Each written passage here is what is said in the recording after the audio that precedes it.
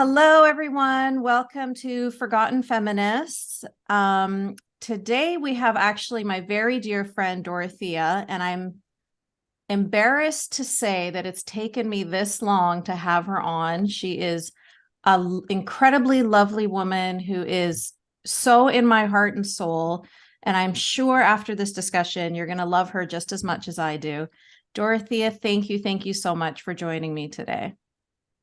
Thank you so much for having me. And I think I guess right from the off, I'm kind of not willing to let you do that because I I think I really needed a break from sort of doing this stuff.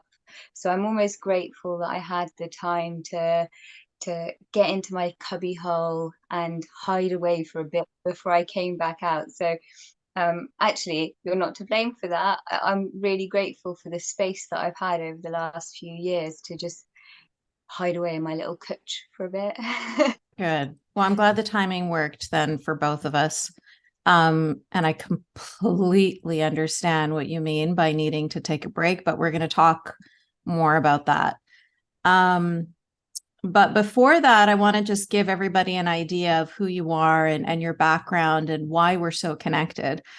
You and I have discovered so many ways that our stories are like eerily similar, like the craziest things that you think, wow, does that actually happen to people? It happened to both of us. And that's like multiple things. So it's crazy. The first thing that I'd like to talk to you about is how both of our governments failed us, because this is something that blows people's minds. You know, how could the government of Canada, how could social services, how could family court, how could this have happened to you? And what's crazy is a very similar failure of the system happened to you in the UK. So I'd like you to recount. I'm sorry to have to ask you to do this because I know how hard it is to go into those dark memories. But it's important for people to understand these wrongs that are going on. And if we're not aware of them, then how are we ever going to aim to fix them? And I need people to be outraged about what happened to you. So please tell us about that. Yeah, you're right. I think we both went through very similar things, and you're again, it's really sad, isn't it? Because this hasn't changed. Yeah. Like we just had very recently this year, another mother and daughter murdered because the same failures occurred again this year. So for me, it was, God, almost 20 years ago, potentially a little bit less than that. I lose myself in the maths when I try and when I try and remember. I was 15. Oh yeah, it has been 20 years. But it was really simple. I had a white boyfriend. My family found out, and because I knew the risks associated with that, uh, I ran away from home. I knew what would be coming. It's really challenging because as a child, I almost I almost denied to myself how bad it could be. Mm. Um, but 15 years before that, my dad had been through something similar. So I had a white boyfriend. The community found out. I ran away from home, and my family were able to bring me back home with the help of social care. So this Mm. is child protective services, child protective services, uh, and with their full involvement and with their full oversight, they were able to remove me from the country. And essentially, I was kept prisoner in Pakistan, Mhm. where it was torture, like there were times when I was locked up, there were times when I wasn't fed properly, there were times when there was violence. And this is with the involvement of children's social care. So it was again, there were times. there have been times when I've described myself as incredibly lucky, because I could have been murdered out there. Mm-hmm. Social care had backed off. Where social care became involved because of the circumstances at the time of me running away from home.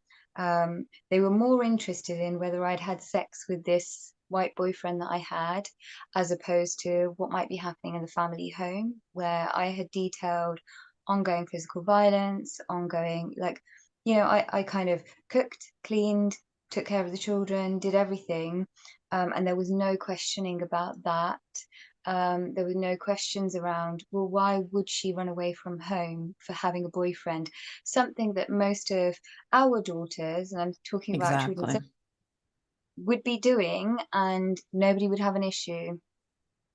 So I, they were fully aware of what was going on. There was no questioning around that, and I was then removed from Pakistan, removed to, initially they took me to the US to kind of mask what was actually going to happen.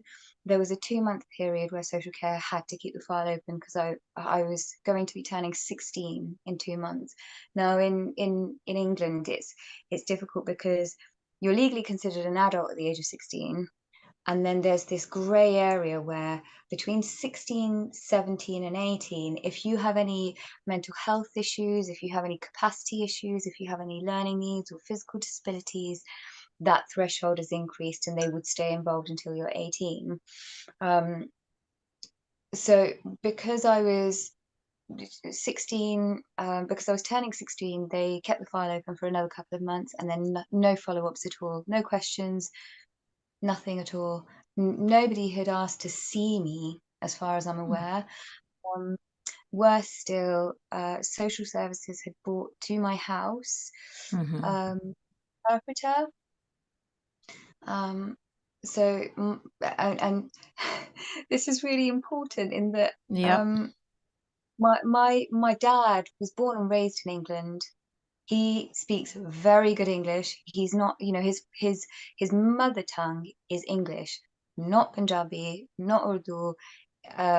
My mum had been in the country for the whole of my life and was very capable of speaking English. There was no need for the interpreter, and the interpreter increased the risk substantially because he was a member of the community that my family were from.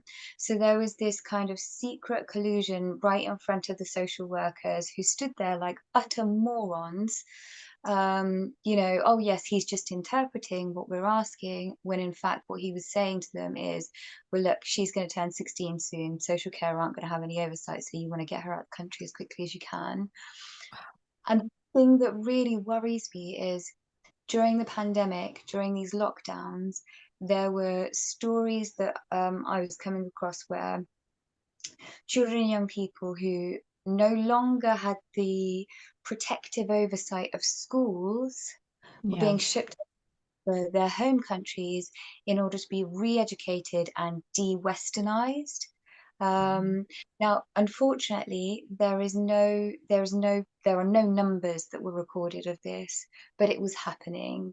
And there was a report from I believe the Children's Commissioner in England, following the lockdown, that there were a significant number of missing children following school or following the lockdowns, and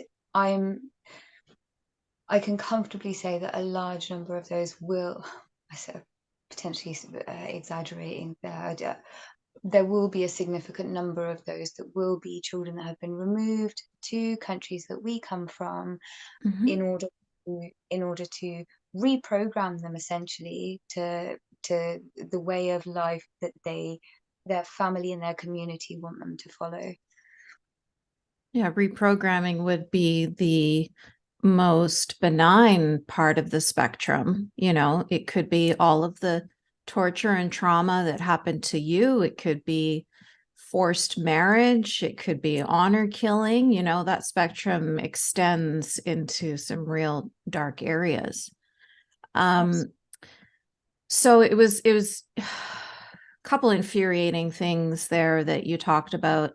First of all, of course, that interpreter who is doing the work of an extremist, you know, facilitating potential honor violence or honor killing by saying, this girl is not, you know, like she's getting old enough and you better get her out of this system that could potentially protect her and get her to a country that's lawless so you can do whatever you want with her. Like, this is somebody who works for child services. This is somebody who's getting paid in tax dollars to support children in Britain. And this is what this person is saying. So of course, I mean, I don't even know where to begin with that, you know, like that the system is so broken that somebody like that would be hired as an interpreter, especially when he wasn't even needed. But they think that they're doing this, you know, cultural, you know, well, we're trying to be culturally sensitive, so we're going to hire somebody who speaks Urdu because this is a Pakistani family. We don't need that, you know. We don't need that culture. We're running away from the culture. We don't need you to be bringing in people from that culture to continue to police us, even while we're trying to run away to, you know, a secular government to protect us. And if I may kind of add to that, one of the things that's very crucial, and I feel I often feel really frustrated in that there are some very, very concerning institutionally racist practices, and I still see them. I still work in this, you know, line of work, and I still see them to this day. And it's really challenging when so many times institutional racism is kind of branded around without actually understanding what it is. When we then talk about real institutional racism like this, it really feels like, well, that's just said all the time, so it's meaningless. And this was a real example of that. And I'm not exaggerating, 20 years on, just yesterday, I was dealing with a practice that would literally be exactly that, you know. Somebody who's responsible for safeguarding a victim said, I haven't spoken to her because I didn't know if she spoke English because she was Arabic, you know. And I'm left dumbfounded that 20 years on, we still have that level of institutional racism. And I think the kind of and I use this term very carefully, the woke brigade, because I'm not kind of in either camp. I'm exacerbated by either camp at the moment. Have made it really challenging to raise when there is genuine institutional racism, genuine institutional misogyny, which, you know, British sort of institutions are still dripping with. There are lots of genuine examples and lots of examples that are blown out of proportion where it's not the case. And now it's difficult to differentiate between the two. Yeah, sorry, I was going to say something else, but I lost my trail there. No, I completely agree with you, because this space has become so toxic and nuance has become so, you know, just, I don't know what the word I want to say is, like, just bastardized. You know what I mean? Like, everything has been so, we can't have conversations with nuance anymore. Everything is so extreme. Everything is so polarized. And so exactly what you say, people are seeing things from their perspective, and they think that if they do this band-aid of like just hiring somebody of Pakistani descent, they think, oh, check the box. And they're not understanding. Yeah. So I get that. But I mean, we have so much of that useless things that they do because exactly what you said, they're not understanding the whole picture. And I understand that the picture is complicated, but the problem is that when we try to explain the big picture and we try to uncomplicate it, nobody wants to hear it because that's, you know, hate speech, or that's Islamophobia, or that's, you know, we have to be inclusive and diverse. And I think actually, if again, I've become very, very perhaps more assertive with this over the years. You know, I allowed this kind of tiptoeing around language and kind of, you know, we have to have this bigger discussion. Actually, no, you don't. We who work in the sphere of safeguarding women, children, victims from within, you know, victims experiencing any kind of harm, if I'm to kind of broaden that category, we have a simple responsibility.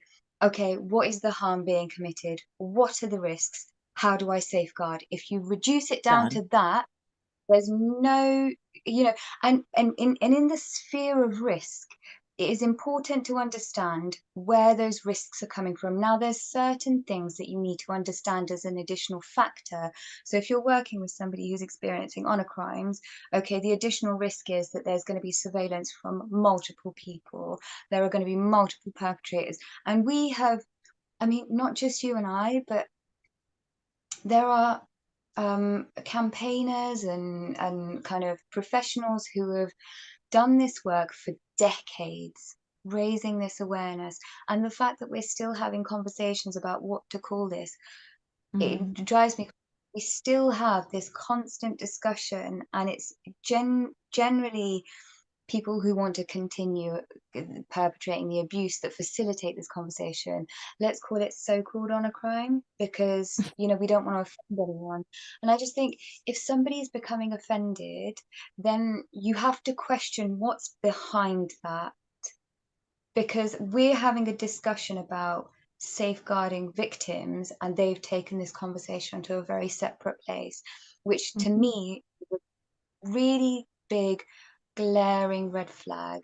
But one of the things I did mean to add earlier is um, I'm aware of the experiences I've had, and although that came with some significant trauma that, you know, I'm potentially going to carry for the rest of my life, I've always added the caveat I've been one of the very lucky ones, because that same year that I was shipped off to Pakistan, Banaz was murdered in England.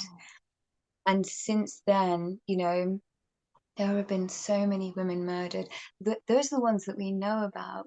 There are countless women.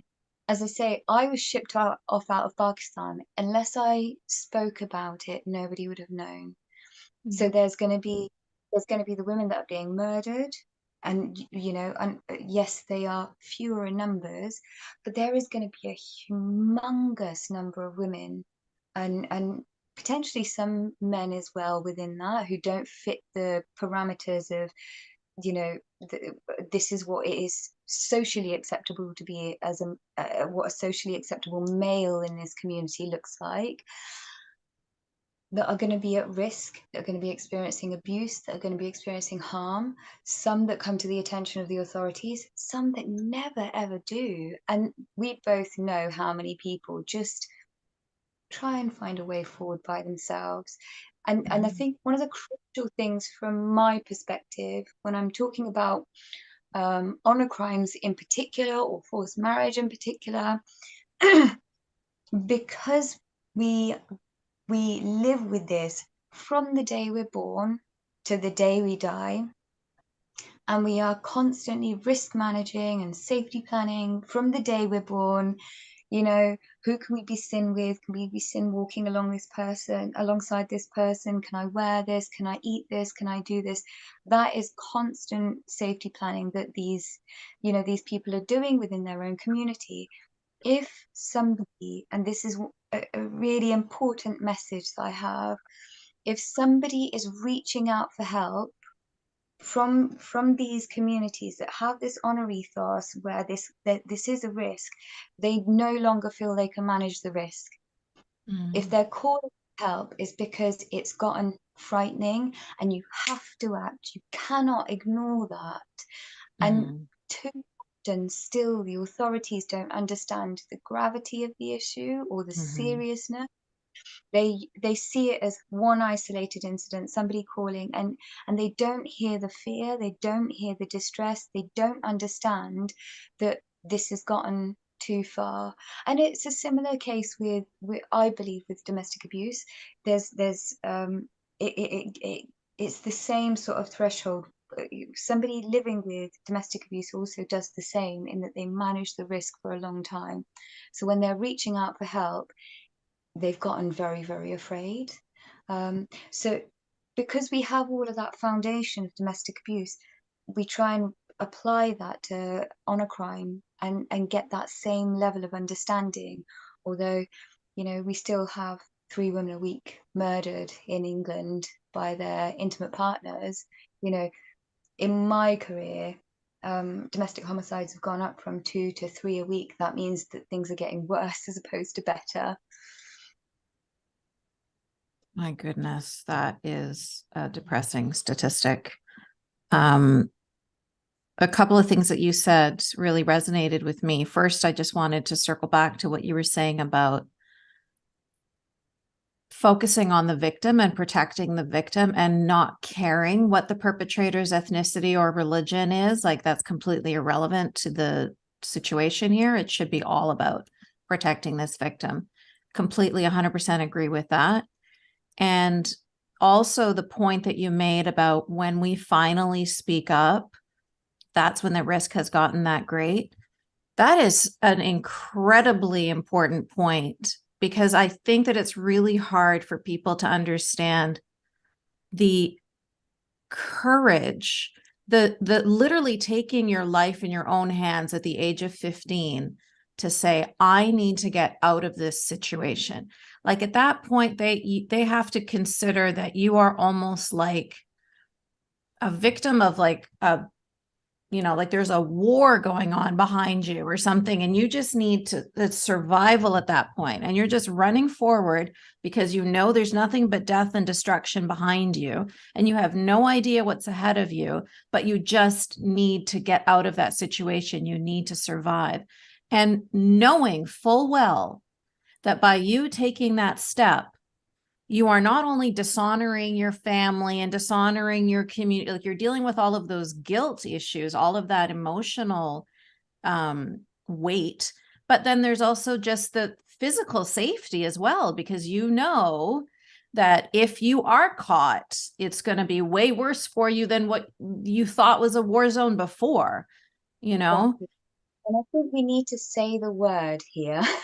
This is really important, that when a victim is calling for help, they are at risk of homicide, because from our we'll both kind of understand this in a way, in that we've come from communities where you do not share your business publicly. Your family, it's our responsibility as women to safeguard the reputation of that community. So by telling somebody, my family is harming me, what we're saying is there's something wrong with my family. And that's, again, similarly with domestic abuse, what's understood is it is the riskiest time for women when they leave a domestically abusive relationship. It's exactly the same for women who are reporting, my family are abusing me, I need help. Instantly, they have literally signed their death warrant and handed it to the, which is exactly what 𝗓𝗏 said, wasn't it? I circle back to 𝗓𝗏 so frequently because I please forgive me if this makes me cry. I often get when I think of her, like a kind of form of survivor's guilt in a way. Guilt. I knew you were going to say that. Yeah. Because she just didn't make it, and she really deserved to. And I want to reiterate what the crime was for both of us in that situation. And like I said, I still consider myself the lucky one, and I still carry that guilt regularly with me. But the crime was having a relationship. Now think about how many of our friends, how many of our loved ones around us just get to do that without thinking. Yeah. How, you know, the category, the catalogue of my crimes was dressing inappropriately, having a white boyfriend, and smoking. At 15, how many young people went down the park and had a cheeky fag? How many young people probably had a few boyfriends by then and had kind of, and I genuinely believe that it's a healthy thing to start learning relationships from quite a young age, navigating how to manage a Mhm. relationship. But for years, I called it a crime using the language of my perpetrators Mm. as opposed to seeing it for what it was. And now, as somebody who's worked in this sphere for over a decade, I've had to confront myself and say, well, what was the crime? I, because when I thought about 𝗤𝗚𝗄𝗧, I felt this anger that would bubble up from very, very deep inside of me, thinking she did nothing wrong. They were wrong. That should have been picked up. That should have been, she should have been safeguarded. But I wasn't able to do that for myself for such a long time. Right. And I've seen that in countless victims. Um, and the fact that those responsible for safeguarding us in the countries that we live in haven't said your daughters live in England, and if you don't like our way of living, leave your children here and fuck off back to the shithole you came from. That I think that's desperately needed, you know. And I'm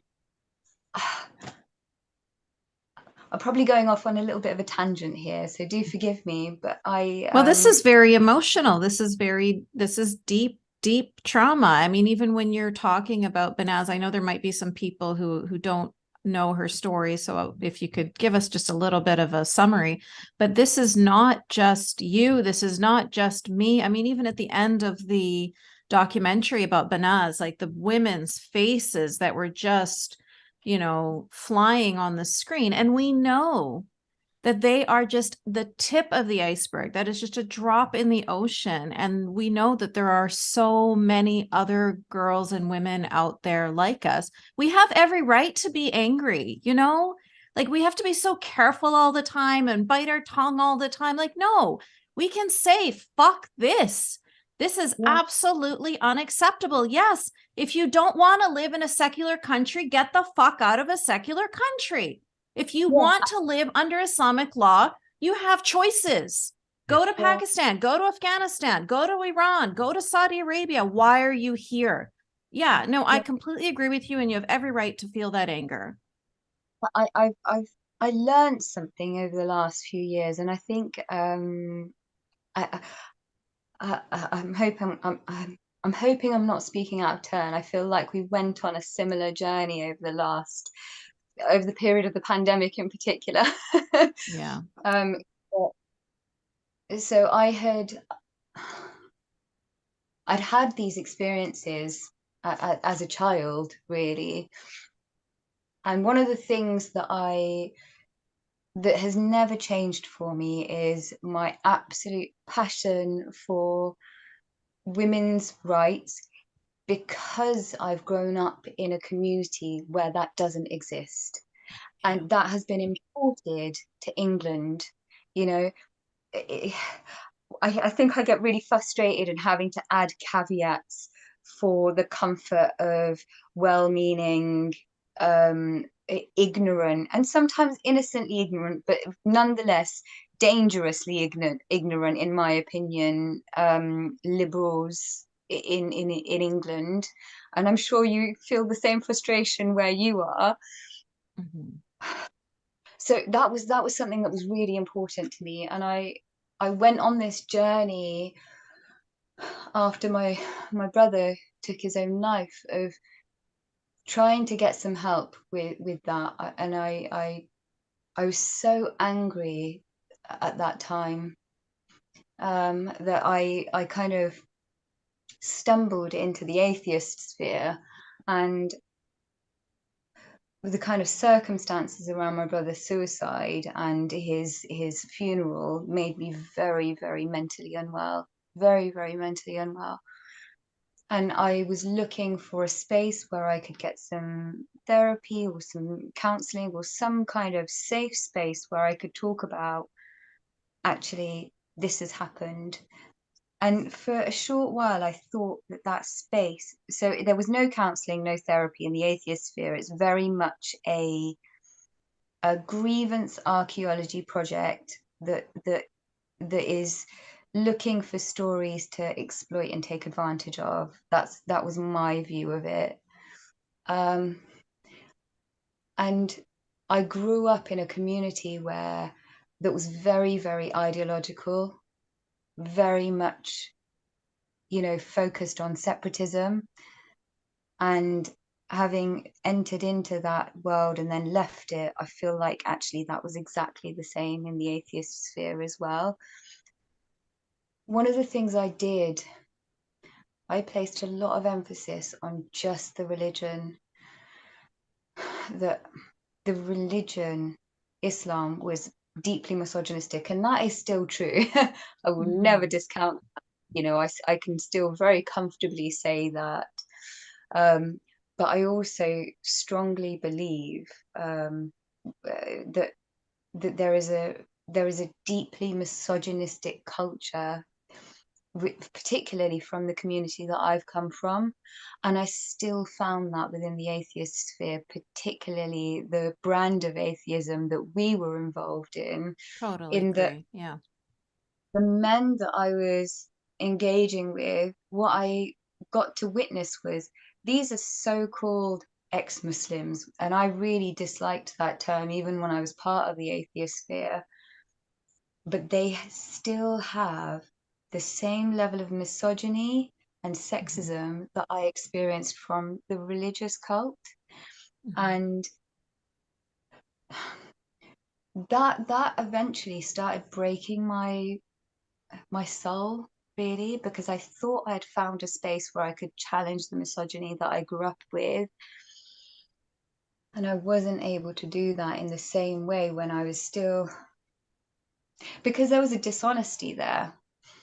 One of the things that I experienced was that there was, the same cultural view and mindset was still present. But also there was a level of dishonesty in that I can very comfortably say that Islam is a misogynistic religion, and I feel no discomfort in that. But there was a dishonesty that every religion and belief system is equally as misogynistic, equally as oppressive. And that dishonesty sits very uncomfortably with me still to this day, because and Christianity manifests very differently in different parts of the world. But in England, it's that this is the There's no comparison. Yeah. Yeah. No, I'm so sorry. I've gone off on a massive no, tangent. these are really great points. And I have felt the exact same thing as you. I had that exact same experience. I went through that same trajectory as you noted. I found that, yes, Islam is a misogynist religion, and men who are brought up under Islam are socialized to be misogynist from the moment they're born. And unless they choose to do the work of dismantling this structure that was built into their minds, it's there. They can leave the religion, but they can still be homophobic. They can still be anti-Semitic. They can still be sexist. They can still be carrying with them all of a lot of the toxic parts that have been ingrained in them from the religion. And I see that all the time. And they don't have, quite often, I'm obviously there are exceptions to this, but there is no incentive for them to dismantle the misogyny. It works for them, right? They like that power structure. They're happy with it. They're comfortable with it. And so why would they choose to do that work? Now, I say there are exceptions because I met an exceptional man in Montreal when I went there for my book tour. He's from Afghanistan, and he ended up falling in love with a feminist. Like, she's like a radical feminist.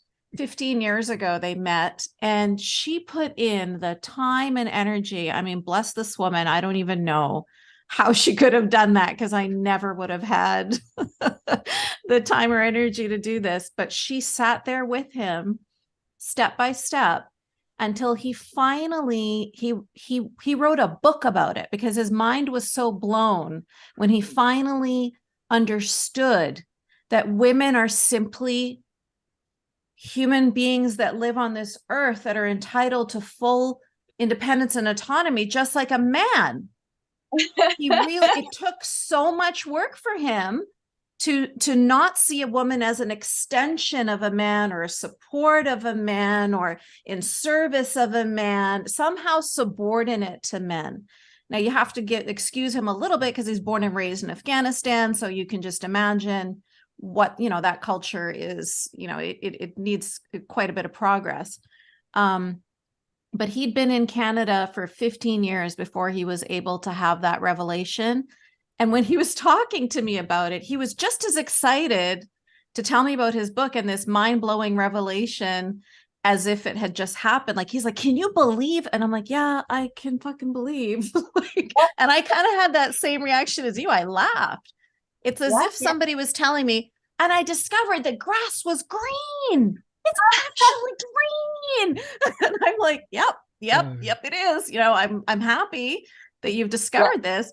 But yeah, for him to write a book and to try and educate as many men as possible. His book is in French and in English, and he's too afraid to send it, of course, to Afghanistan. He doesn't want to be targeted. But yeah, not a word of religion in his book at all. He's just, because he had already been ex-Muslim. He thought all that stuff was behind him. So he's like, I'm not even talking about the religious part. I'm talking about dismantling the misogyny that is ingrained in our brains and our bodies and our minds and our souls. I'll have to get you the name of the book, Lois. I don't know it off the top of my head. It's in French. I actually have a copy of it, but I will definitely post that. I mean, I would really like to read that book as well. It sounds excellent, but the bar for somebody who's come from Afghanistan is so low. I remember reading an article, and this always really it really gets me. I remember reading an article, and it just, reading it utterly broke me. That women in Afghanistan are never known by their own name. They are known as daughter of, wife of, mother of, and even on their gravestone they never have their own name. So for him, this mustn't be kind of underestimated. The progress, for him to come from that to, wow, women are human, is incredible. I think in talking to us, we're converted, mate. Go and speak to the men from your community. Yes, that's what he's hoping to do. But as you can imagine, it's not it's a very toxic environment. They don't want to hear from him, but he's trying his best. Absolutely. But actually, he can start off with that ex-Muslim sphere, because I experienced and observed a level of misogyny that I thought I would only experience in the religious realm. It's still there, that kind, and there was a very ugly predatory behavior that I also observed within some of the men within that sphere. And that wasn't just the ex-Muslim, it was definitely there, but the entire atheist sphere. I observed something that made me very, very sick to observe, and it was really difficult to challenge as well, because hey, we've just left the faith, we just want to fuck around now, and we'll find these women who have no safety net around them and exploit them. And actually, it was during that time that I reflected on something, and I've had several periods of reflection that have have been really challenging, in that I remember growing up being told that the world is a very predatory place, is very Mhm. frightening. That's why women don't have any freedom. And that was absolutely to fill me and most of the women from my background with fear, so that And we it works. remained Yeah. part of the community, within the home. We didn't try to demand any freedoms. And the thing that I really struggled with, we were told that if you leave the bounds of our safe community, your safe home, you go out there, the world will eat you alive, you will be gnawed on. And the Yeah. thing that really, really broke me was that was fucking true. Mm. That was true. The world is But we were being horrible. gnawed on in there too. Yeah, absolutely.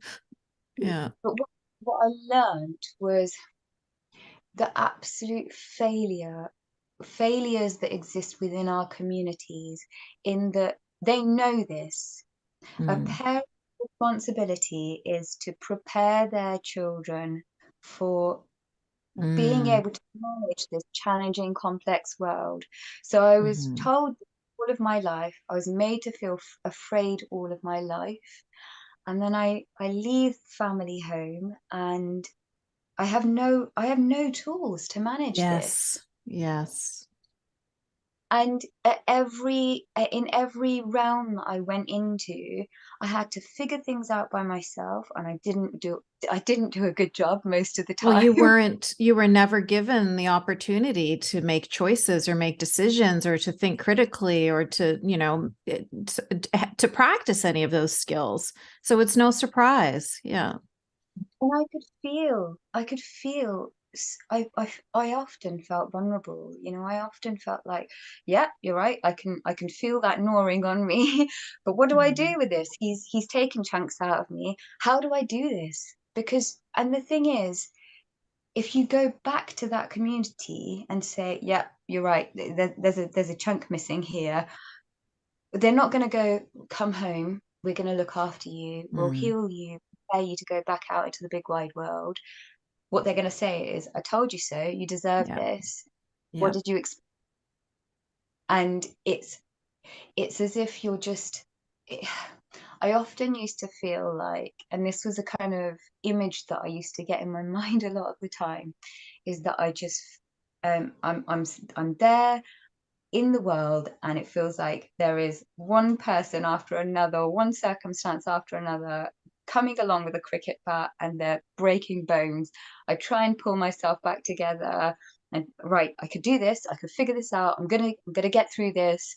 And then along comes somebody else and breaks all my bones, and I have to pull myself back up, because we're just not given the equipment. And the deal within our communities is, you remain within the bounds of our community and we will look after you. You go outside of the bounds of the community, you're completely on your own. And also, by the way, there's no tools for you because we've not prepared you. It's, And also, it's we're going to potentially chase after you. Yeah, absolutely. So it's been a really challenging learning process, really. Yeah. Yeah. That has been the most challenging part of, because when you leave the religion, you're not just leaving the religion, you're leaving your family, you're leaving your community, you're leaving everything you've ever known. And like you said, especially for women, everything that you said is true for the cult as a whole. And it actually sounds like a mafia system where it's like, yeah, as long as you're in here, you're protected, but you go out, you become the rat. And then now you're going to be hunted. For women, that's exacerbated because we are raised to be subservient to men. We're going to be a wife. We're going to be a mother. We're taught to obey. We're not taught to think. I remember my daughter was like 2 years old and I was asking her, would you rather wear this t-shirt or this t-shirt? Yeah. And there was this Egyptian man who was like, wow, that's so amazing that you're asking her that question, that you're like allowing her to choose between two t-shirts. And I was like, yeah, because at 2 years old, she couldn't care less. She's just going to randomly choose one. But it's teaching her, your opinion matters. Mhm. What you want to do has value. And I want you to start practicing making those decisions. I'll always give my girls like when they were younger, two safe decisions to choose from. And you start using that muscle, because I know exactly what you're saying when you talk about that. I was 26 years old with a toddler on my hip and I had no fucking clue. I knew nothing. It was embarrassing. And my last Forgotten Feminist, I was just talking to a woman she was saying, like, I'm 30 years old and I don't know the most basic things about how to survive in the world. And she was feeling embarrassed about that. And she doesn't even want to ask her friends, Yeah. because even though Bec- you know that they love you and they care about you, you're ashamed. And I was like, Absolutely. girl, I know exactly. We all went through that. I mean, thankfully there's Google now, which I think would have been such a help at the time for me. But yeah, they don't want us to be independent and to think as of ourselves as autonomous human beings. They don't want us to have confidence in making decisions, and they don't want us to feel like we're capable human beings. They want us to remain dependents. الرجال قوامون على النساء. This is what they want. This is why in Saudi Arabia they have guardianship laws. And a woman could be a grandmother and it doesn't matter. She's still the dependent of a man. You don't outgrow being a dependent of a man. And so they have to keep you small. They have to keep your world small. And they have to make sure that you think that there's this ring of fire and fear and predators all around you. Put your hijab on, tuck your hair in. The men are going to see you. They're going to rape you. I've told the story before, which is ridiculous, but it actually, the first time I opened the door to a pizza delivery guy without my hijab on, I was petrified, petrified, because I'm like, I felt like he could come in here and rape me right now, and there's nobody here to protect me. Like, it's different than being out in the public. Like, this guy's like at my home. Yeah. And it's like the same kind of irrational fear that you have when you take off your hijab or when you take off your niqab, or you think, oh my God, suddenly everybody's looking at me, and oh my God, I'm exposing my skin like a whore. And these are just Mm. all the indoctrination that they put into our mind. Out in the real world, the pizza guy couldn't care less. He's got like 15 deliveries to do that night. Like, but they just taught me that everybody around me was a predator. And that's to keep me small, to keep me scared, to keep me in the fold of the cult. And And, that's why they and how, cannot stand that women like us have somehow broken free. and that is true. We are a real threat to Mhm. the maintenance of that fear that they've created within our communities. I'm a much quieter voice in a way, in that I don't really have a platform at all in any way. And I don't really feel my frequently my thing is, understand the risks in this community and do your goddamn job to professionals who have a responsibility to safeguard. And that's the drum that I'm going to beat until the day I die, quite frankly. But that's my kind of my thing. And I think, as I say, I'm going to continue highlighting the misogyny. Yeah, do you know what? I wanted to run something by you, and I don't know if this is the right place to do it, but I'm going to do Let's it. do You it. tell me what you think. So I kind of had this experience, and this reflection after leaving the atheist sphere, and there was a moment where I was listening to somebody who was actually a friend, um, who was male within the atheist sphere that I inhabited at the time. And he was talking about the women in his home and in his community, etc., and kind of painting this sob story. And I just felt this anger bubble from inside, deep inside of me. And I felt so so angry in that moment, thinking, well, this is a great story for you to use right now, but what have you done for those women? Yeah. Yeah. You saved yourself, but yeah. And actually, you had a very, very strong position in that country, and you know it. Nobody knew you were an Mhm. atheist, and even if they did, men have it easier in those countries. We know, Definitely. right? And we've been fighting in our respective countries for the law to treat our girls with the same level of seriousness when there is abuse going on. And we know we still Mm. haven't got that. And Yeah. we've also had the risk on our doorstep most of the time. Um, and I just really dislike this the men coming over from sort of misogynistic countries, using it as a sub story that, you know, these women, etc., are going through this in this country, and then having done nothing in those respective countries to make those changes when they did have that power. They absolutely Mhm. did. Mhm. Um, Mhm. you know, they could have fought for women within those countries.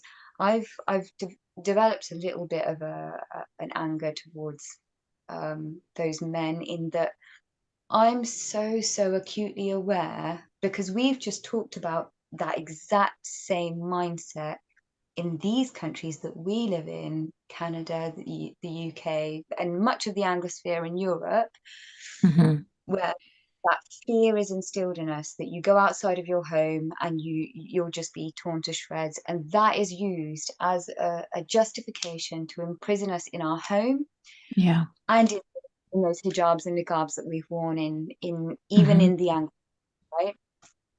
So we know that that's been happening.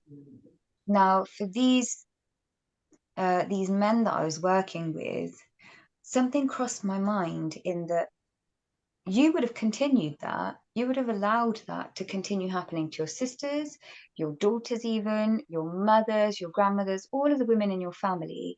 The moment you felt the risk increase to you, you ran away, Mhm.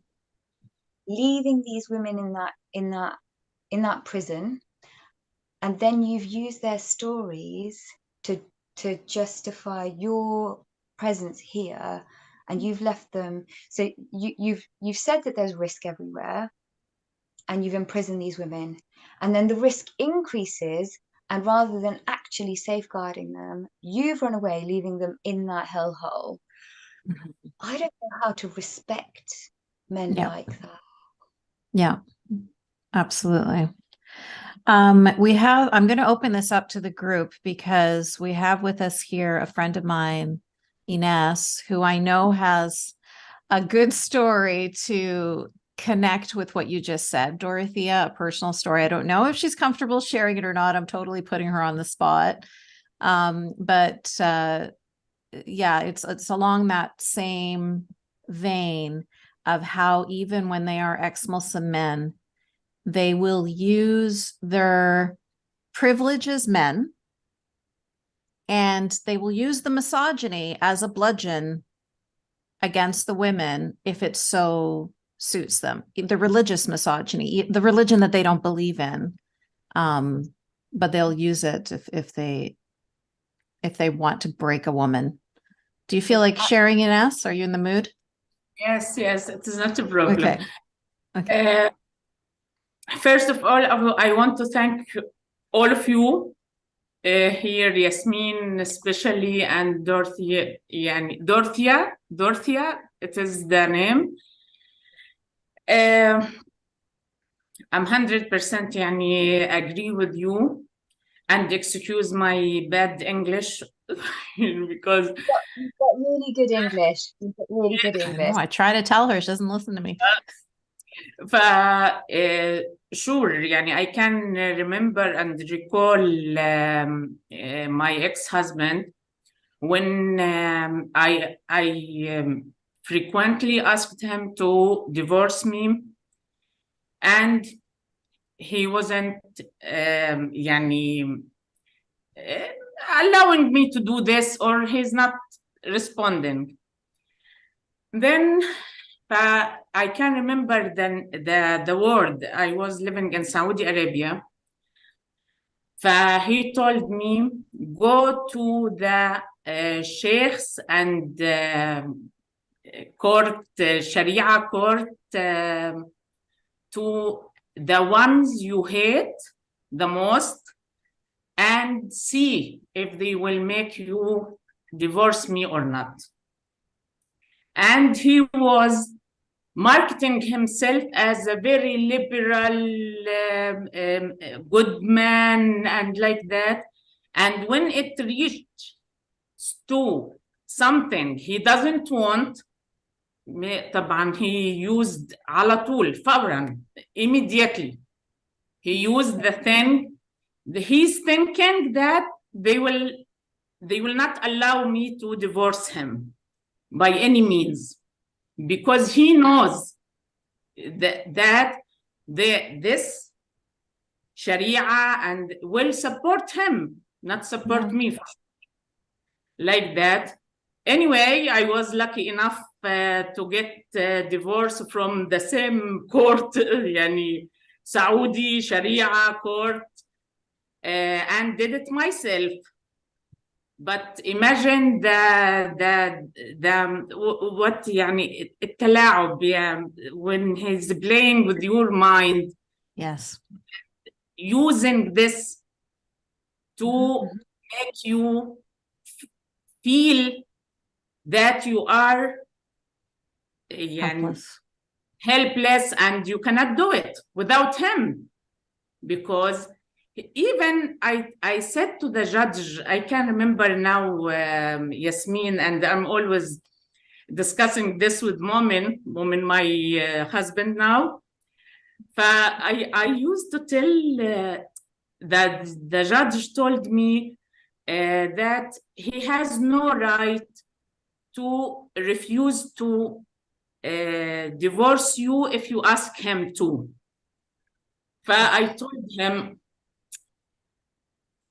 why not to make it clear in the law? Yani if you said so. He's a judge, Sharia judge. But I told him, why not to make it equal right? Yani the woman and the man, both of them have the right to make the divorce if they want. But he started, طبعا, you know, he is, يعني I of course, yeah. Also because he's, but he has to do it if you ask him. No, he doesn't. I told him, no, you will make it 100 times easier if it is in the law itself that you can divorce yourself. I cannot say by word طالق. Exactly. Men have the magic tongue. Yes, when they say the words, it's just magical. But women do not have the magic tongue. Yeah. Yes. And many stories like that. In my life, yani, because I am a daughter of a dictator, really, and I will collect myself and do an episode with you, Yasmine, because I was thinking of it many a times. I let you down last time. No, that's fine. No, I completely understand. And when you're ready, you know the invitation is open anytime you're ready. My father will use any kind of Islamic rule to control your life. And I can remember that after the death of my mother is Egyptian, my father is Palestinian, same like Yasmine. Opposite, but yes. I wanted to visit my family in Egypt. Yeah.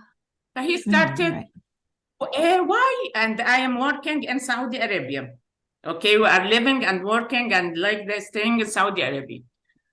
But he told me exactly like this, Yasmine and Dorothea and everybody. how they allow you to travel without my permission? I am sure that there is a law here, make girls cannot travel without the fathers or whoever muhram. I don't know, yani, Guardian, basically, the male guardian of women. The male guardian. I told him, oh, but we are lucky in this point. As a resident, we are not Saudi citizen. But this law was for Saudi girls, really. And my father, he's Palestinian and resident in Saudi Arabia. He wanted deeply to make this also happen to me, to stop me from traveling. And I was what? I was 26 years old, 27 years old. Yani, I'm already working, lady, and like that. And he still wondered and wanted the silly law to be also applied to me. You make a really important point there, because one of the things throughout my career that I've talked about particularly is, so where there are some Islamic countries with some very, very oppressive laws. So we know about the oppressive male guardian laws in Saudi as one example. We know about the, forced veil laws in Iran. Actually, one of the things that gets missed is there are formal laws and there are informal laws in a way. So it's almost as if, particularly the men, but also those who wish to continue some of those oppressive practices, borrow from each country. And there's evidence of that even in the Anglosphere in the West, because what you'll find is our families will kind of import that legal framework, that oppressive legal framework of, well, you have to have a male guardian outside of the home. So it doesn't matter where you are. If they find something that's going to validate and enable them to justify the behavior that they've been using that's controlling and oppressive, they will borrow from whichever Islamic nation in particular, or misogynistic nation in particular, is enabling them to give them the groundwork to bolster that control. And to find men to live all your life, you know that you are smarter, you are highly moral than any one of them.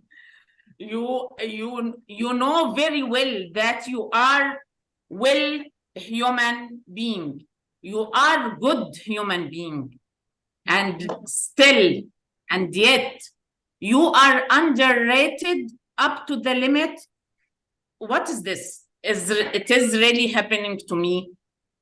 This is me. I know my value, and they keep letting you down, and by whom? Yani, when you look at the in Saudi Arabia, because I born in Saudi Arabia, I was born and grown up in Saudi Arabia, I worked in Saudi Arabia, I stayed 46 years of my life in Saudi Arabia. I can say frankly, without a doubt, that the brightness, the intelligence of the Saudi girls are 100 times better than the boys. And maybe also, really. It is so true. And you can see that with Iranian women right now. You can see that with so many of these societies, because the boys never have to cultivate their personalities. They are celebrated simply for existing, whereas girls, we're constantly fighting. We're constantly having to prove ourselves. When your prophet says women are less intelligent than men, right? Or when he says that women can, the men are responsible for women, that we need guardians, that we can't travel on our own, we can't do anything without the permission or the control of a man. That makes you a fighter. That brings a fighting spirit into you. Like you said, Ines, you're thinking like, I'm not less intelligent than all of you idiots. Like, what are you talking? This can't be true. And so you're always trying to prove yourself. Whereas men have no reason to do that. They simply exist and are celebrated as little princes for that. But it's lovely women saying, we're strong, we're intelligent, we're great, because actually from my line of work, I have met women that have been utterly broken by the communities they've been raised in. So hearing women go, actually, we're really good, and we know that the men and boys in these communities have been put on pedestals for just being born with penises. And I have to say, just kind of echoing back to the point that we spoke about earlier, that we have these discussions about male privilege and kind of wokery happening presently in the West and in the Anglosphere. And when it's very real, very ugly, presenting in a very, very open, loud, aggressive manner, where do we hear that? Where do we hear that challenge of, well, this is male privilege and this is misogyny and this is, very, very real sexism? You don't hear it. And I find that incredibly frustrating, but I just want to say thank you. It's so nice to hear women from the communities that we've come from saying, we're here, we're strong, and we're kicking butt. Yes. My mother used to say, Dorothea and everybody, my mother was a very nice, cultured lady in my life. I will be nothing without my mother. Everything I thought, although she was very miserable wife, but she taught us so much, and she stood as much as she can. But unfortunately, well, it's generational the trauma. drama. Her story. Right. Yeah. So your mom started it, you continued it, and your daughter will end it. If you have granddaughters, they will not have any inkling. They will not even be able to understand your story or what you've been through or what your mother has been through. It will be like a foreign concept to them. So, we can't undo these things so quickly. She has a saying that I will say it in Arabic and you translate it, Yasmine. She used to say, البنت في الشرق تتولد مديونة والولد بنولد ومعاه credit card. Right. As much you understood it, Yasmine. I will say it in English, and I'm sure the girls or the girl in East will be born in debt, but the boy will be born with a credit card. You understand it? I don't know if you can. You understood it, Dorothy? I don't understand the context behind it. Could you explain a little bit more?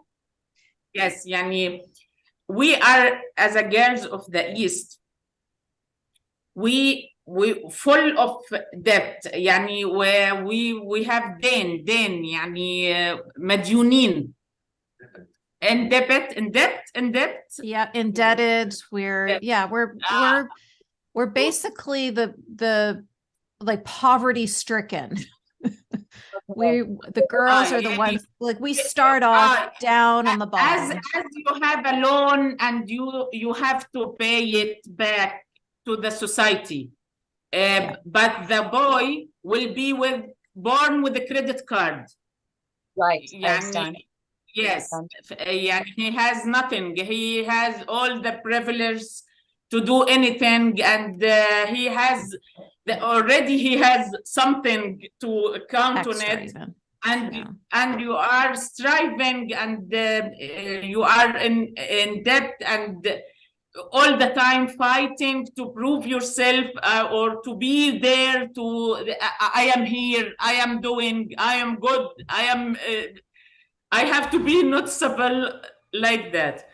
That was one of her sayings, and I wish that I make it clear. I don't know. Do you know, something that does come across quite clearly is a lot of women that I know who are very, very strong from the communities that we've come from. There was a little seed somewhere in their life that enabled them to go, I can see that's wrong. And it's because this woman in my life enabled me to see a small insight. And they may not have been able to fight back in the way that we're doing right now, but they gave us that seed. And it sounds like that your mum did that for you. Certainly for me, my gran was that woman, and she was, born into a very, very oppressive and controlling family and community. She then really unfortunately was in an incredibly controlling and abusive relationship following that. But she also enabled me to think about things very differently and gave me very gentle warnings that enabled me to kind of become who I am today. But she unfortunately couldn't do the same. And I will, until the day I die, be very grateful for those seeds that she did give. Yeah. Unfortunately, Ines dropped off, but I'm sure she'll watch this recording and hear the end of what you were saying there, Dorothea. She probably had Wi-Fi issues. But thank you so much for sharing that. Yes, Lois. Or did I hear somebody say something? Sorry, that was me. Oh, okay. Yasmine, did you have anybody that gave you that seed as well? That Tiffany. I dedicated my book to her. Yeah. Yeah, when you were talking, I was almost going to tear up because she was definitely that person for me. Yeah.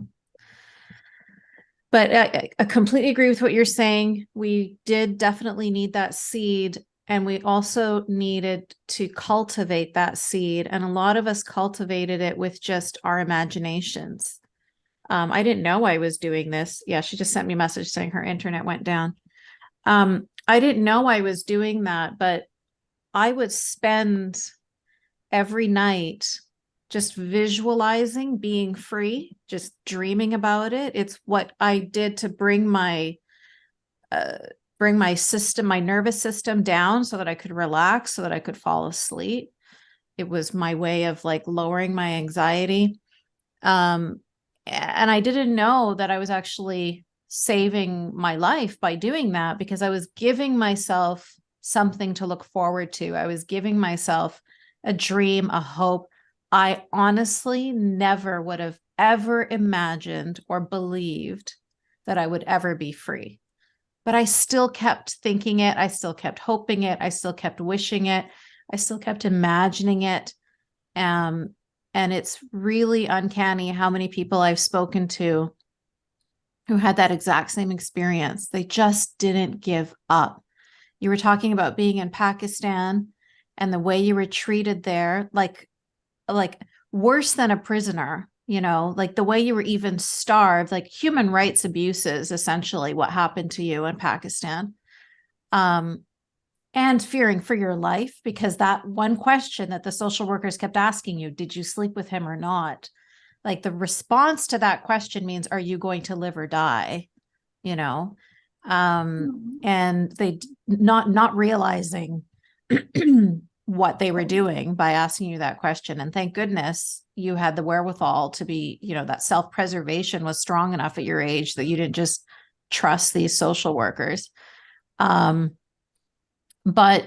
to live in that kind of emotional, like psychological trauma, fear, all of that, and then also physical, being starved, being tortured, all of that happening, And the fact that you still had that seed growing inside of you, that spark that was within you, I'm sure there were days when you felt like, is that spark even still there? You know, but you reignited it. You reignited it, and you did not give up hope, which I think is the thread that that binds all of us. Absolutely. And I think actually from my perspective, you know, I repeat this so many times because I genuinely mean it. I feel very lucky, but also very privileged in that I've got to this stage in my life, and I have a lot of amazing people in my life who I love dearly, who have, you know, filled my life with joy, people that have shared experiences like we do, that connect us and keep us sort of grounded, and you know, this that we've been doing together today, and I'm, you know, I'm aware we've kind of spoken off camera before as well, and we know, you know, parts of our life. This gives us sort of grounding, and we have a shared love for each other because of that, because we know we have shared experiences and where we've been and where we've come to, and how hard the fight in between was. Now, I haven't really publicized my kind of shift over the years, but so as everybody kind of knows or has probably guessed by now, I grew up in a very, very oppressive, controlling Pakistani Muslim household, and I've learned something in that we really are only here for one thing, and I don't mean in a kind of religious context, but I do think that I feel my reason for being alive is finding people who I love and finding love for myself and kind of sharing that, and that's it. That's as reductive as my life is. And also I'm still gonna, in terms of my professional life, going to be working towards safeguarding women, and that's it. That's what my life is, because I grew up in a community that was incredibly separatist. And I've been part of lots of communities. So I was part of this Muslim community, and at one stage I, you know, immersed myself fully into that in the hope that potentially there would be some love back, and that was there. You know, it was very false, but the same sort of thing happened to me in the atheist sphere. And I hope you don't mind me, you know, bringing this in, but around the same time, I think you experienced some backlash from the atheist sphere for really championing the truth. It was that simple, wasn't it? And we kind of had a similar experience in that, but in a slightly different way, in that you felt a kind of backlash from them for breaking ranks, and I experienced a kind of stonewalling from them for breaking ranks, which in a way today I'm very grateful for, and I feel like it certainly brought us closer together as well, because we had this really eye-opening sort of experience through that. And one of the things that I got to learn from that was that they were just as separatist as the community I grew up in. And in this world where identity is just harped on about constantly, if you have an identity that you're kind of wielding around, one that enables somebody to bring you into their fold, to facilitate that separatism and kind of create that divide, but two, that you will always be vulnerable to your identity being weaponized against you. So, and I felt this from several spheres. I felt it from a Muslim background. I felt it from an ex-Muslim background. I experienced it from socialist from the socialist sphere, from the woke sphere, from the anti-woke sphere, and I've realized our lives can be very, very simple in that I love just being somebody's friend, Jack's wife, or wife to be, being a professional doing the job that I do, and being, a friend to the people that I love, and vice versa. And then having some values that underpin who I am, that are not focused on identity. Yeah. I kind of went through this process of changing my name to claw back my identity from Muslims, from ex-Muslims, from, even the socialist sphere and feminist sphere, because it was something that was utilized by every sphere. And it was really, really divisive and dangerous. And this process was about taking me back and giving myself to the people only that I love and love me back, and nothing more, and forming a brand new contract for myself. And I've never really got to fully share that with you. And I remembered when you kind of mentioned this, that I wanted to share that with you in this space, because I've seen our women and girls in particular being weaponized in every sphere. As Muslim women, we're utilized; as ex-Muslim women, we're utilized; as feminist, we're utilized; as socialists, we might be utilized. And today I sit in no camp, and I feel very, very comfortable with that. And I feel like I've managed to claw myself back from everybody that utilized me, and taking myself back to a kind of place Your of authentic self. Yes. yeah. And today when I guess I've become a bit more of a hermit, in that I really only allow myself to engage with the people that I genuinely have any love for. And aside from that, I really don't care. Well, I'm honored to be one of those people. And I am grateful that you have agreed to do this, and that you've agreed to come out of your little hermit crab shell and share your story with us, because it's going to resonate and empower and motivate and inspire so many people. You really have so many important insights to share. I mean, just that last one that you were saying with Ines about, how we live in our little bubbles of Sharia in Canada or in Scotland or in London or wherever we are, Sweden, France. People think that, because the law isn't there, that therefore these girls are safe, but we're not. And I wanted to talk just briefly, because I know we're running out of time, but it is important to bring this full circle and talk about how you're taking all of your very negative, very dark experiences, and you're turning them into a positive by using that background, by using that experience, by using that understanding that you have in your work today with domestic abuse and honor crimes and forced marriages and things like that. I think that is incredibly healing, not only to overcome your survivor's abuse for you as an individual, but it also is really healing for the world in general, because it's really important that you do speak, that you do get your voice out there, and that you are sharing your experiences and your understanding, because there's not enough of us out there. It's a very scary place for us to be. And those of us who can do it, it's almost like we're compelled to. We have this responsibility to do it. How you do it is completely up to you. You don't have to do it publicly.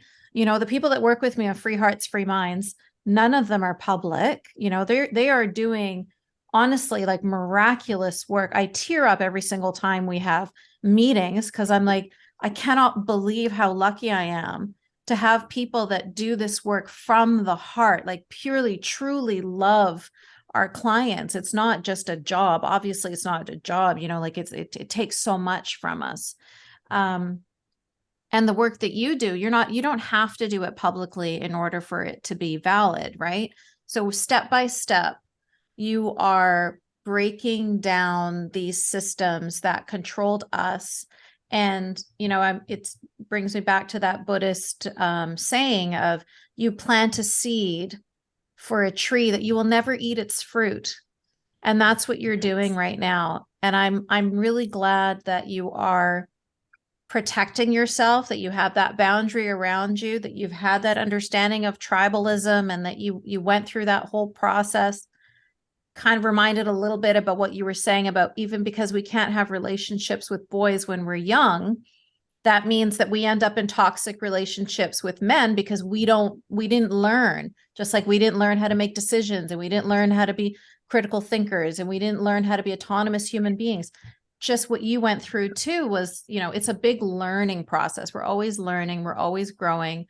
And you're coming out of it, and you're taking all of your growth, all of your learning, all of your trauma, all of that darkness, and you are turning it into light and spreading it out into the world. And I just wanted to thank you for that.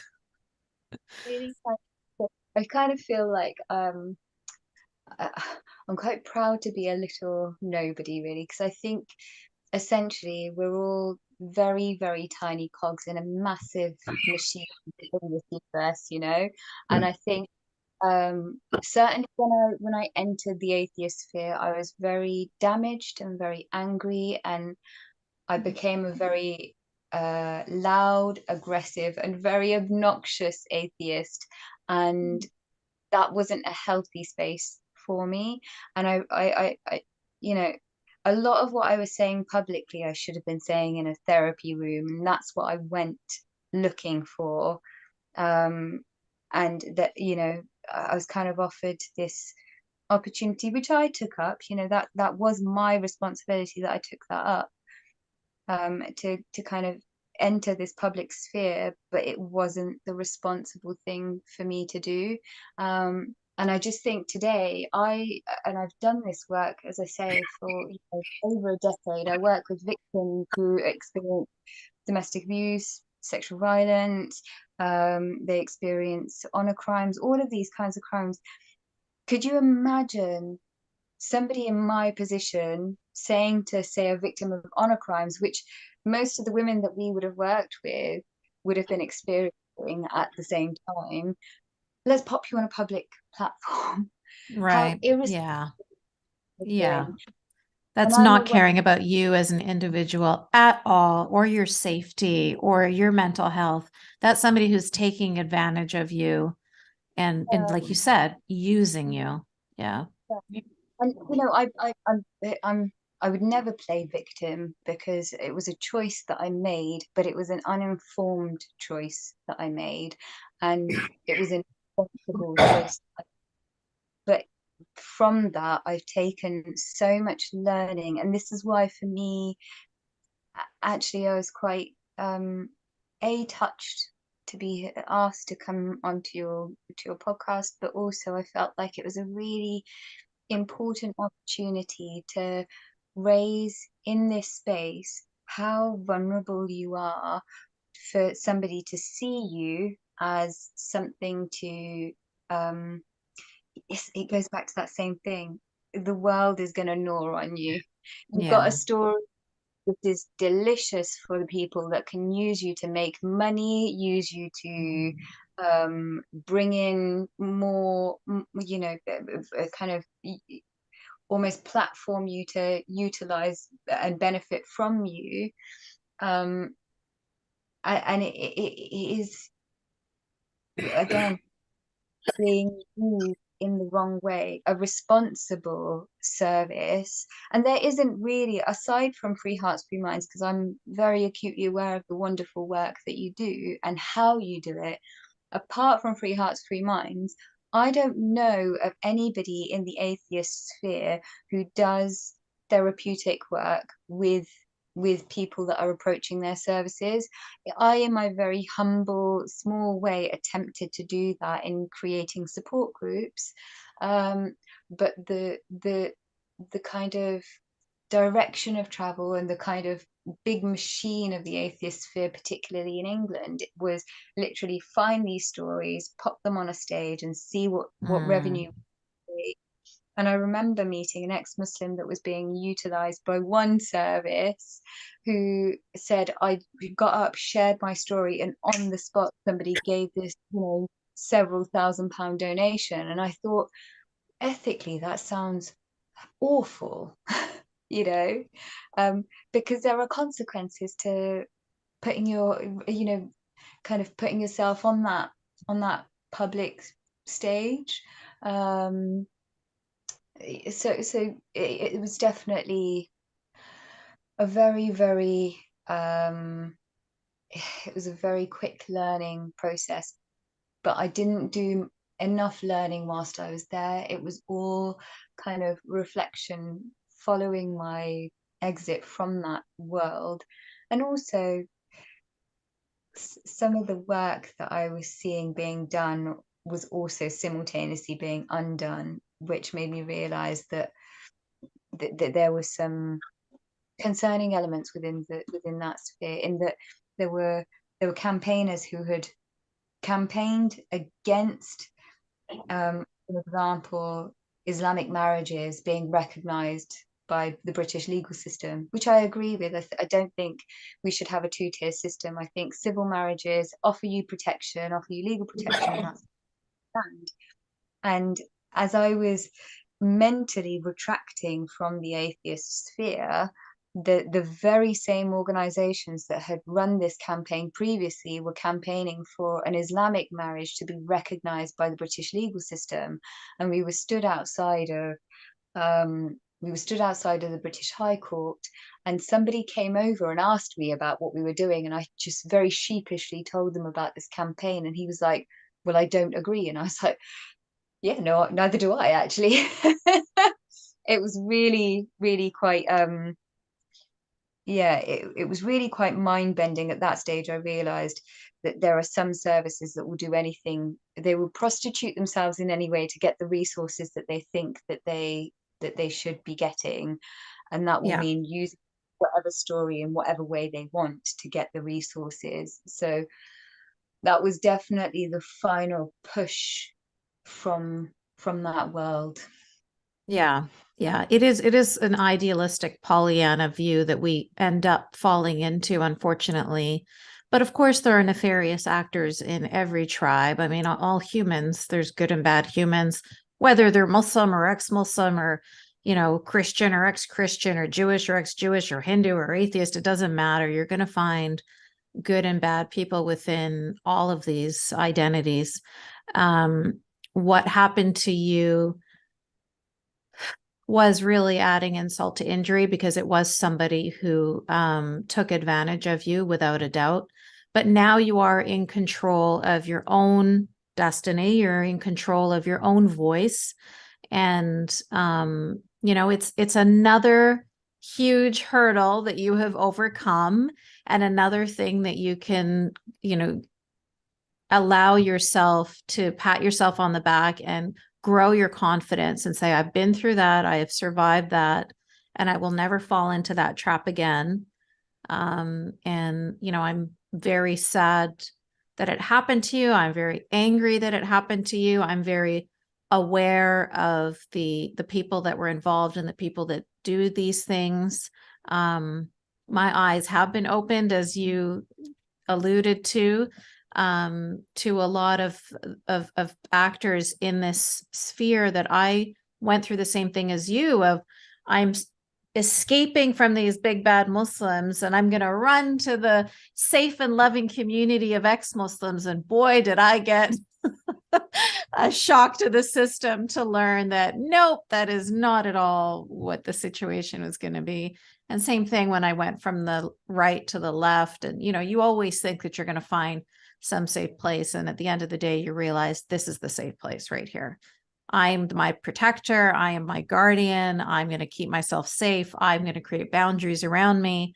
And I'm, you know, that's it. You can't go beyond that. And we did that, unfortunately, when we were Muslims and we were looking for that you know, for a more for a more safe place where we can feel comfortable and loved by those around us, that isn't conditional love the way it is when you're a Muslim girl.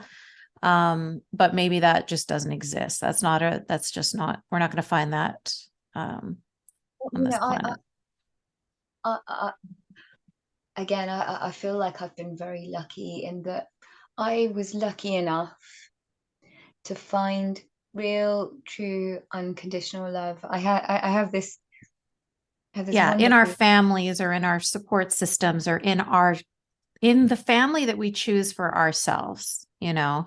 So you and I and Ines as well, like luckily we've all we trashed men a lot in this discussion, but all three of us are married to men that we're crazy about and that are crazy about us.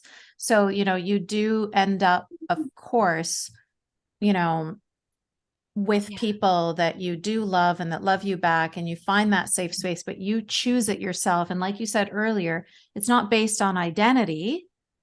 It's based on if your hearts are connecting and with the individual. It has nothing to do with what tribe they're from.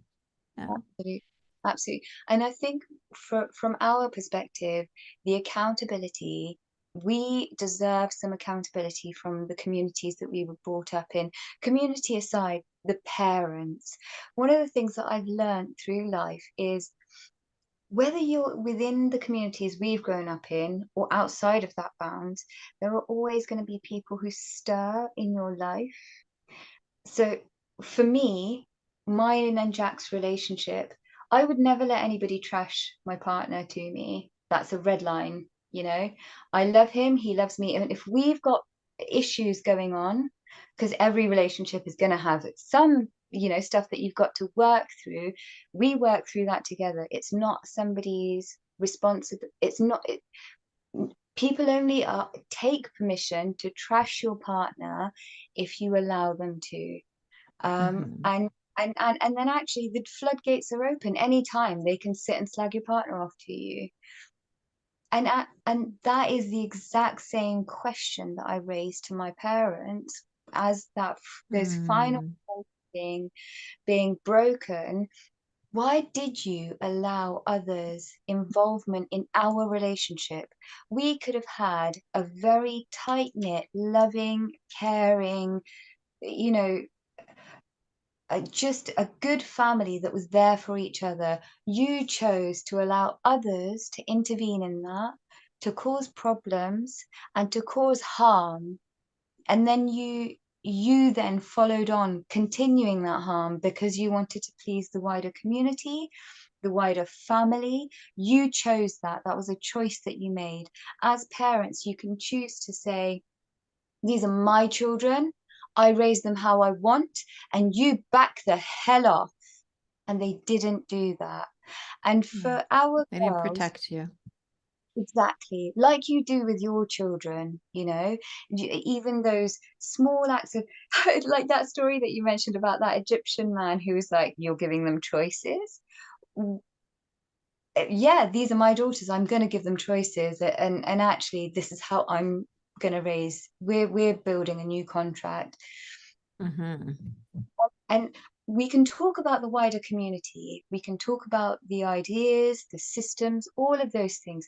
But if we reduce it down, had our parents chosen to stand by us and tell the community, no, you do not get to dictate how I raise my children, and you do not get to harm my children in any way. And if that happens, you do not come near my family, you do not come to my house, and we are cutting you out. At that stage, we would have had a very different life. And because they didn't do that, for each one of us, if it's ever safe to do so, and that's the really, really key thing, the question is to our parents, you could have chosen something different, because we're doing that for our respective families now. I've chosen not to let anybody meddle in my relationship. You could have done the same. Why didn't you? And if you can't give us that answer, then actually you've clarified that there is no future in this relationship ever. Yeah. I came to that conclusion on my own because I know my mom wouldn't have ever been capable of making that stand, like of she wasn't even able to protect herself, let alone protect her children. So, yeah. And when I talk about the work that we do, I often ask people, never think about this never think about the work that we do in the context of what you will endure. Think about how far you would go to protect your children, because people's perceptions and boundaries are very different in that sphere. Now, I know my dad endured a lot himself, but I expected a warrior to surface for his children, and the same for my mum, because that's what I would do. I don't have children, but I do have very A small fur baby. Yeah. Yeah. I do have very small nieces and nephews, and I did some parenting of my siblings, and that's, you know, one of the reasons why I'm kind of done with the parenting sort of thing. But with my nieces and nephews, I still have that very same kind of strong maternal protective instinct. And I wouldn't let anybody cross any boundaries with them. I don't have the final decision, not mine, but that I still have that defensive. It's weird because that, as I mentioned in my book, it wasn't until I was holding my daughter in my arms and that intense love that I had for her and this intense desire to protect her and for her to never feel pain or even sadness. Like it's natural. I didn't do anything. She didn't do anything. It was just it was intrinsic. And it was so weird to me in that moment to have this revelation. Like I just realized, like, wow, my mom must have never felt this way about me. Or she would have had to overcome that feeling in order to allow my abuse to continue, you know? So it's almost like they had to overcome their own basic humanity, you know? But yeah, what you're saying about your niece is, you know, they didn't do anything. You didn't do anything. It's just human nature that you're going to feel like you want to protect these children. And I don't know why we weren't afforded that. I would sacrifice limbs to protect my nieces, you know, my nephew.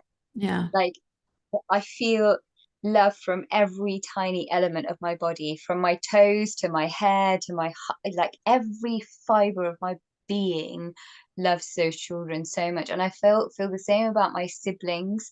To kind of, I couldn't block that out. And you're right. Our parents must have had to shut something off within themselves to throw us to the wolves the way they did. And we do need, and I don't know if we'll ever get it, you know, I wouldn't approach my parents to ask those questions anymore, because that's, you know, pointless. But the questions that they are so lacking in accountability, it's painful.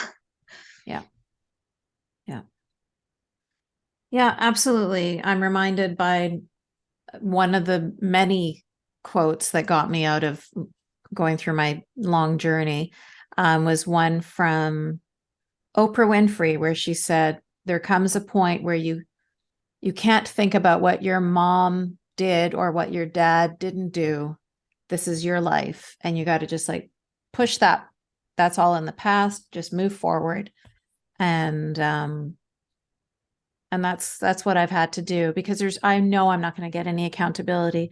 I know I'm not going to get any kind of apology or understanding. And it would be a complete waste of time for me to even bother.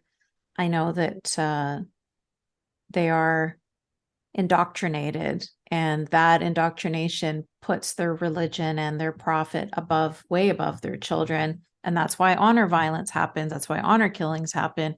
And you and I were by the hair of our chinny chin, we could have been honor violence victims. Like both of us were in very, very precarious situations. So we understand that, in our contexts, that line has already been crossed.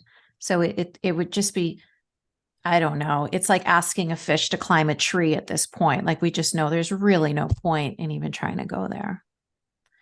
Lois.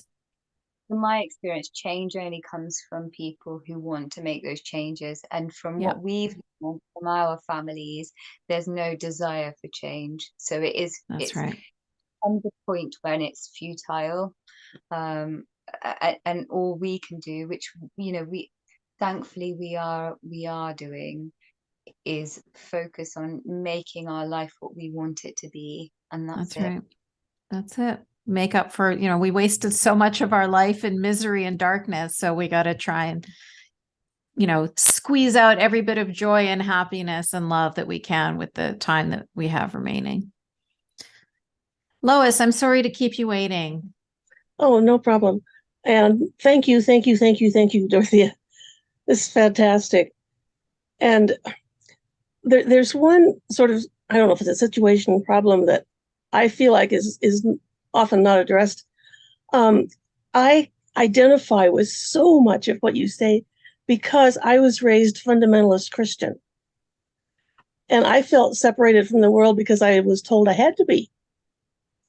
And yes, when you mentioned the pizza guy, I instantly thought of a case where I was over 30 before I went to a show in a theater because we weren't allowed to go to shows. And I sat there the whole time feeling like everybody in the entire theater was staring at me saying, you don't belong here. You're sinful. You get out of here. And I was already an atheist, but I felt it. Yeah. And that takes me to the problem that I see is I understand, I can identify, but so many people, I really think that people that have never been exposed to fundamentalism of any kind don't identify. They can't believe the problem is real. Yeah. How in the world do we communicate to this, public who can't comprehend that what we say is real? And that to me is a big problem, and I don't know any answer. It's really challenging because that's a constant battle. We're dealing with that. That's what privilege feels like, right? Just like the people that say, oh, racism doesn't exist. America had a black president. Yeah. It's not a problem to you, so therefore you just can't comprehend it. Yeah, well, sorry, Dorothea. When you try to leave a religion, they say, well, just go for, what's the big deal? It's like leaving an abusive marriage. Why didn't she just leave? Yeah, exactly.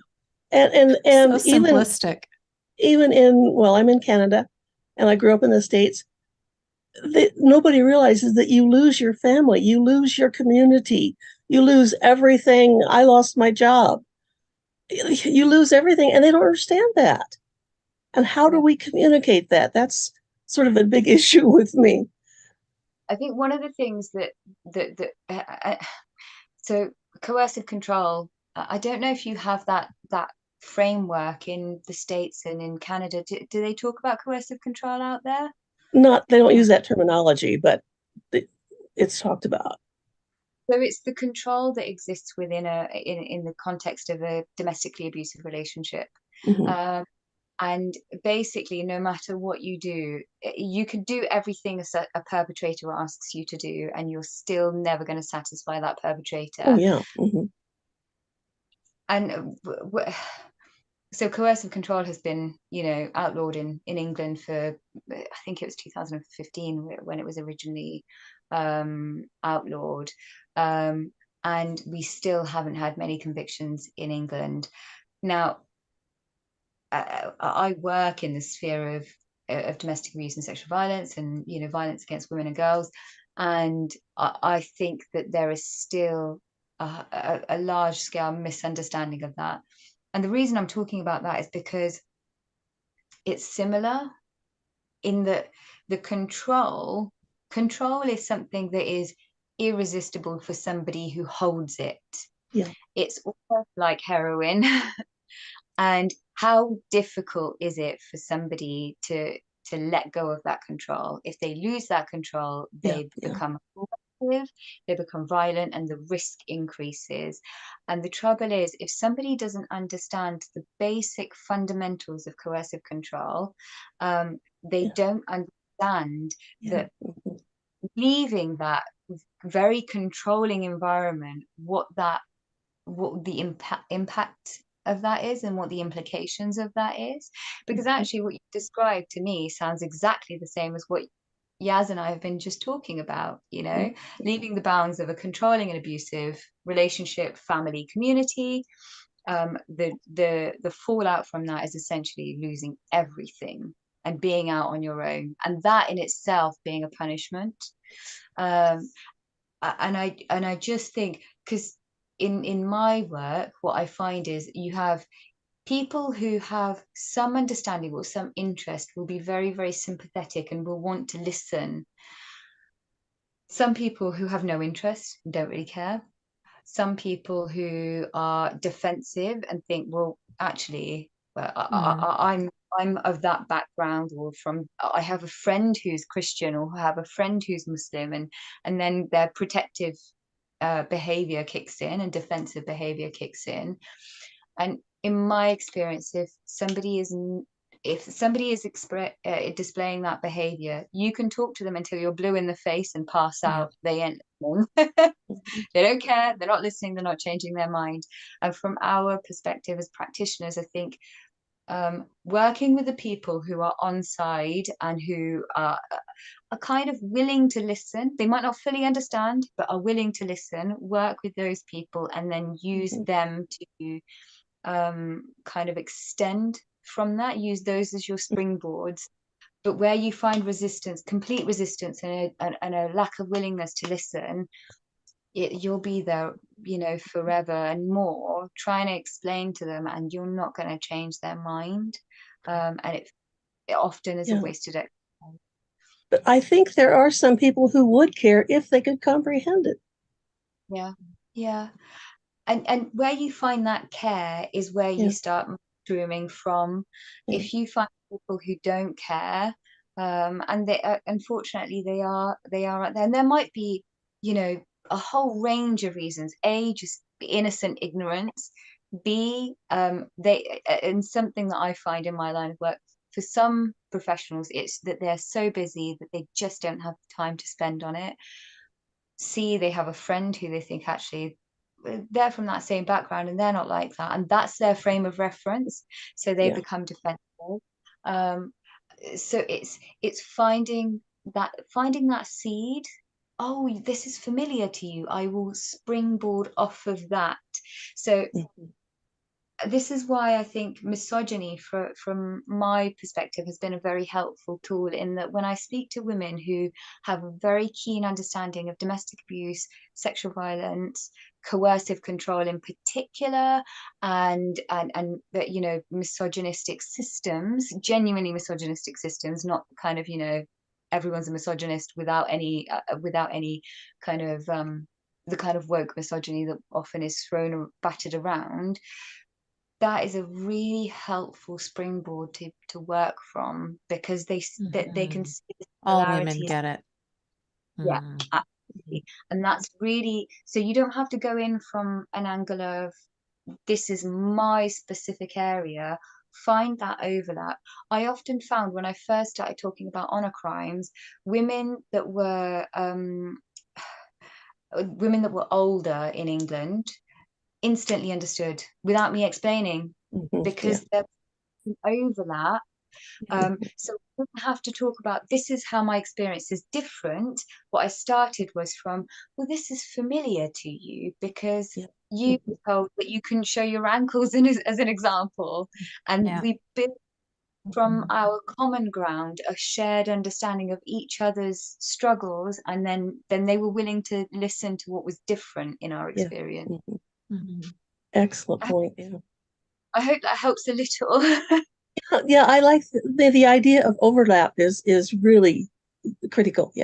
Thank you. Thank you for that as well. That was really helpful. That I love that. Thank you so much, because I'm like the gears in my mind are going too, because that was all very, very insightful. Well, I've created a little meme, sort of, everyone sees the world through different eyes. Mm-hmm. Mm-hmm. And sometimes that makes it hard to communicate. Yeah. Yeah, Yeah. for sure. There's that old story of the blind men trying to describe an elephant to each other. I don't know if you've heard that one. Yeah, yeah. One's got the tail, one's got a leg, one's got the ear, and they're all trying to describe to each other what an elephant is, and they're all disagreeing with each other. But it's like what you said, Lois. They all have a different experience. They all have a different perspective. Yes. And what you said, Dorothea, too, about the older generation, I find that definitely to be true. And then also different areas of the world. So my book has been translated into like 15 different languages, and there's such a significant difference between how the Spanish feminists or the French feminists, they just get it.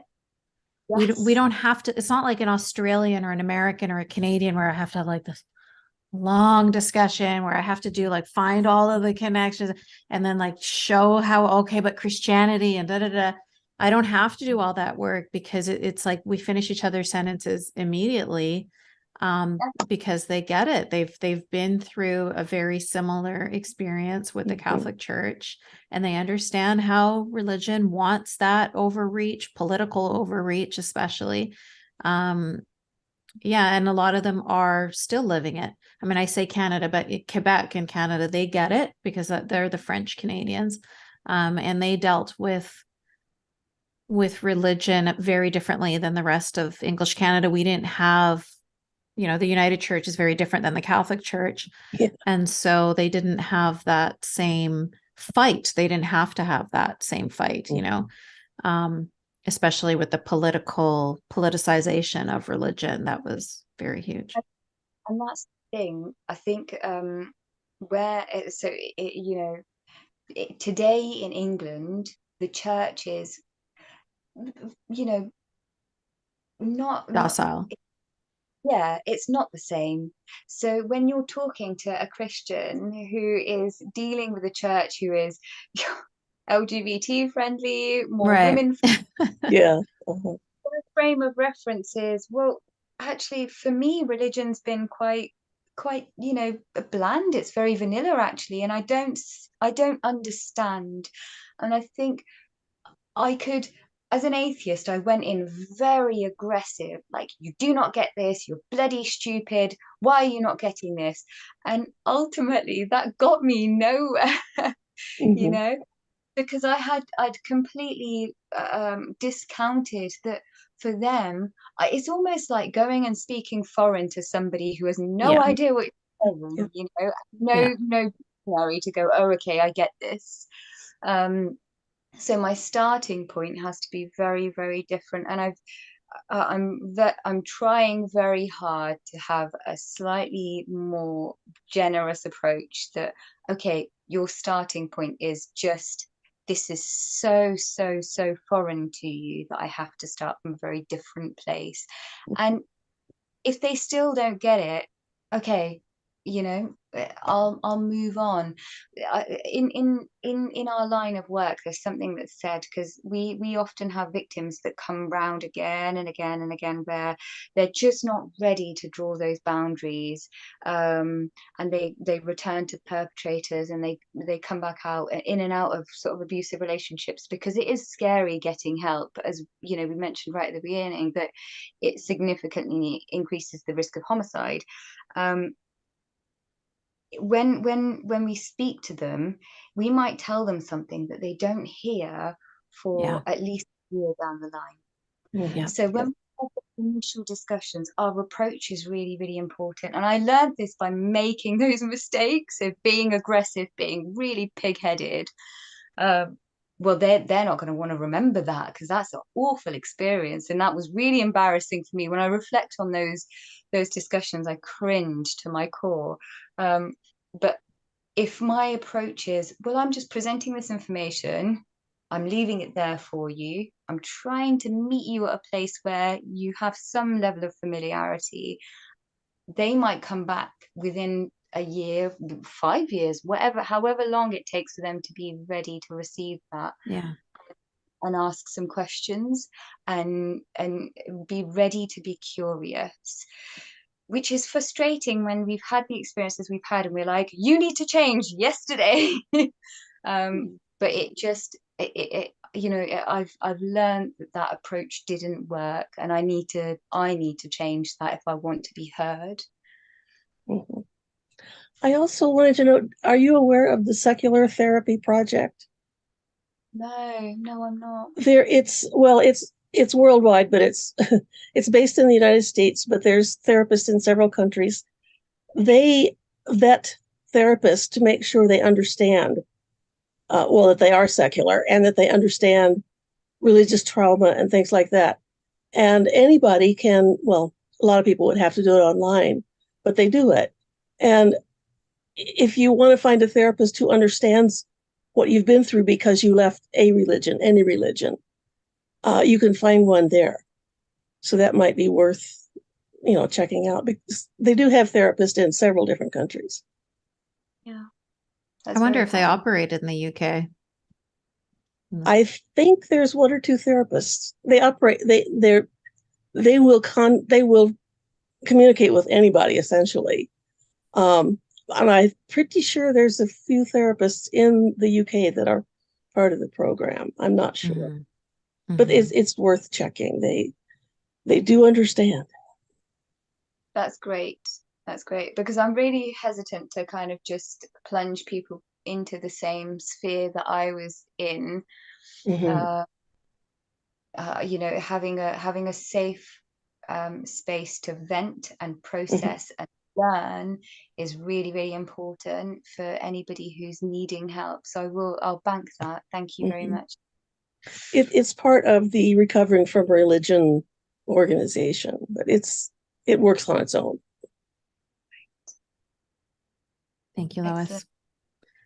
Okay, so we have taken 2 hours of your time, Dorothea. Thank you so much for being generous with your time. I loved every single minute of this conversation. I could stay on for 2 more hours talking to you. And I probably will privately. But yeah, I just wanted to give you the last word before I let you go. Make sure that you share with us any final thoughts, advice, opinions, ideas. The floor is yours.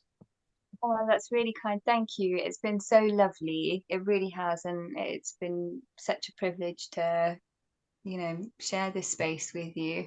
Yeah, I just think be careful of anybody who's taking advantage. The world is quite a scary place, really, if you're on your own. And if you can get to the right place for help, then do that. But if something in your gut doesn't feel right, we're not taught to listen to our bodies. Yes. Listen to that and ensure that you're in the right place. If anybody is taking advantage, I learned things far too late, often. Very, very often, and I had a very chaotic time learning the world. I often describe myself as feral. But I've also been very lucky in that I've found people that I know I'm going to be friends with until the day I die. And genuine friendships, and that's something that you potentially are going to be learning on your own if you've come out of a controlling, misogynistic, abusive background. You're going to be learning what a healthy relationship is. Find that information, find that space, and give yourself time to heal and recover, and remember that you have a right to live free from abuse and free from control and exploitation. And if that's happening to you and you need help, please contact the authorities, and you find yourself an advocate to support you in that journey. That's beautiful. Thank you so much, Dorothea. Thank you. That was a really great way to end this. And I absolutely felt it in my heart when you said that we are not taught to listen to our bodies. We are in fact taught to mute our bodies and to just do what we're supposed to do. So that is really such valuable advice. And everything that you've offered to us throughout these past 2 hours has been really valuable. So thank you so much. And thank you all for joining us. Yeah. And thank you for sharing, Ines, and you as well, Lois. Thank you for being vulnerable and honest with us. It was beautiful, really, and touching. And I want you all to know that we are cycle breaker, and we have at many levels. Yani, when you talk about from Muslim community to ex-Muslim community to atheist community, you should be proud of yourself, you and Yasmine and Lewis and I in minor yani level, but really you are cycle breaker at many levels, and that's why you are here now. That's why you are here. The journey made you. Actually, yani you should be proud. I'm so proud myself of both of you and Lewis.